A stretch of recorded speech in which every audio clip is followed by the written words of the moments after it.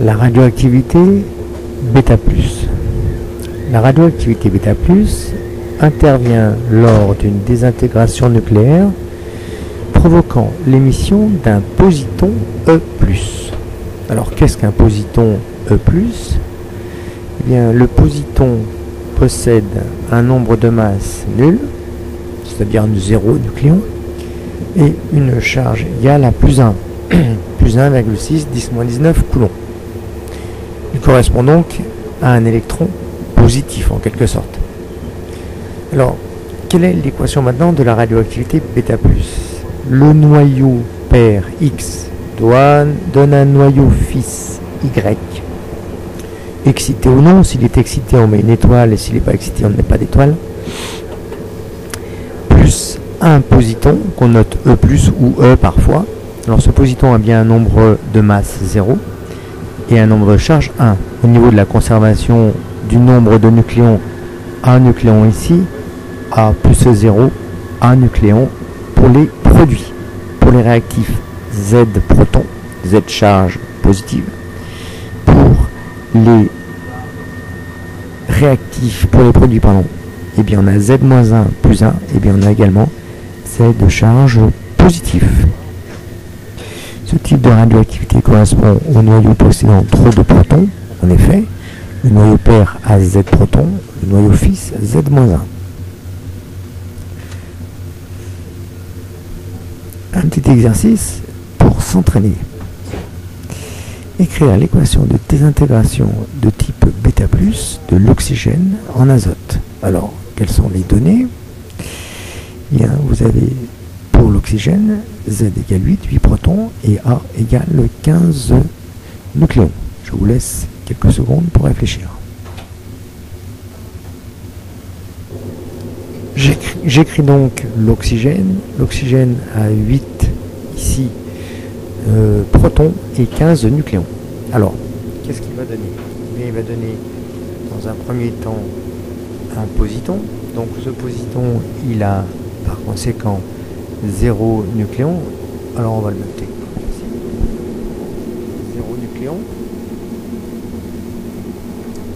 Et 1 et une charge positive, petit a, plus, eh bien, ici j'ai 8 charges positives, ici j'en ai une, donc forcément le noyau, le nucléide que l'on va obtenir a lui 7 charges.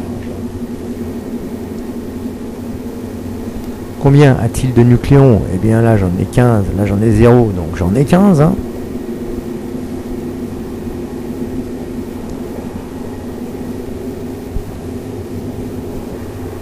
Il me suffit maintenant de regarder sur le tableau de Mendeleïev pour voir que la particule ici qui a l'élément chimique qui a 7 protons est bien l'azote. Je mets donc le symbole de l'azote. Voilà l'équation de désintégration de type bêta+ de l'oxygène. Dans cette deuxième question, nous demandons de dessiner le diagramme de stabilité correspondant à la désintégration radioactive vue précédemment. On rappelle que la courbe de stabilité, telle que nous la voyons ici, est ainsi constituée. Sur l'axe des ordonnées, on a le nombre de neutrons. Sur l'axe des abscisses, on a le nombre de protons. Dans le cas d'une désintégration de type bêta+, qu'est-ce qui se passe? Eh bien, au départ, on a le noyau père, X à Z, qui a 7 protons, qui va en perdre un, donc il va donner un noyau fils qui a Z-1 protons. Et forcément, comme le nombre de nucléons est identique, s'il perd un proton, il faut qu'il gagne un neutron. Donc il y aura non plus n neutrons, mais n plus un neutron. Alors votre travail maintenant, c'est de réaliser à nouveau, de dessiner sur votre feuille ce diagramme de stabilité et de mettre les chiffres correspondant au noyau fils, au noyau père, chiffres correspondant au nombre de neutrons de chacun, et au nombre de protons de chacun. À vous de jouer. Suspense. Avez-vous trouvé? Dans quelques instants, la réponse. Eh bien, nous allons redessiner ce diagramme de stabilité. Le noyau pair, c'est l'oxygène. Il a 8 protons, Z égale 8, et 15 nucléons. Donc ça lui fait 15 moins 8, ça lui fait 7 neutrons. Il va se stabiliser en produisant de la radioactivité de type β+, et donner naissance à un noyau fils. Tiens, il y a une petite erreur. Voilà, ça apparaît, hein, le nucléide noyau d'azote a bien 15 nucléons. Alors, reprenons.